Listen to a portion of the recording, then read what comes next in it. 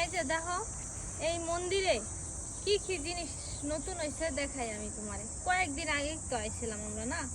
এই যে কার্পেটটা দেখতেছো, এটা কিন্তু আগে ছিল না।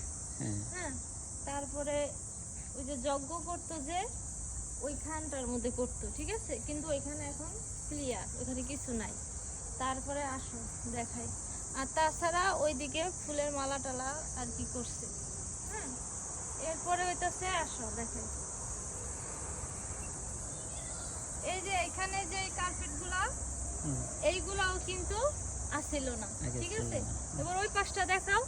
ওই পাশে পুরা মানে জঙ্গলের মতো আসছিল, ওই পাশেও কিন্তু কোনো কার্পেট আসছিল না। এখানে এখন অনুষ্ঠান করে, দোল টোলের মধ্যে রং খেলে টেলে, মানে যত রকমের অনুষ্ঠান আছে ওইখানে সবাই করে এখন, ঠিক আছে।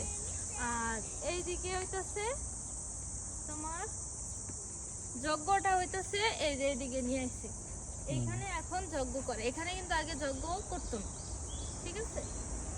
তো তারপরে আরো অনেক কিছু করছে, আসো দেখাই, এদিকে আসো।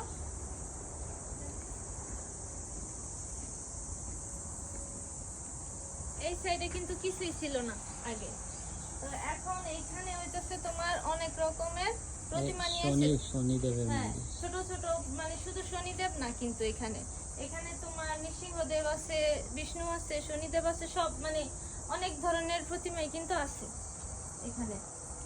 তো এইটা কিন্তু আগে ছিল না, ঠিক আছে। এরপরে দেখাই, আসো। এই মন্দিরটা আসলে কিসের জন্য ভালো লাগে সেটাই আপনাদেরকে এখন আমি দেখাই। এই যে এখানে আছে হনুমানজি, ঠিক আছে।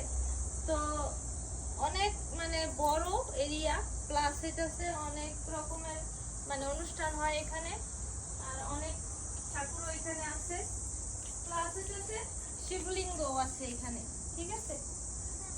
তো যাই হোক, এই হইতাছে মানে ব্যাপার যে মন্দিরটা অনেক বেশি ছোট ছিল, কিন্তু এখন এটারে অনেক বেশি বড় করে ফেলছে, যার কারণে আমাদের অনেক ভালো লাগে, এই জন্য আমরা এখানে আসি।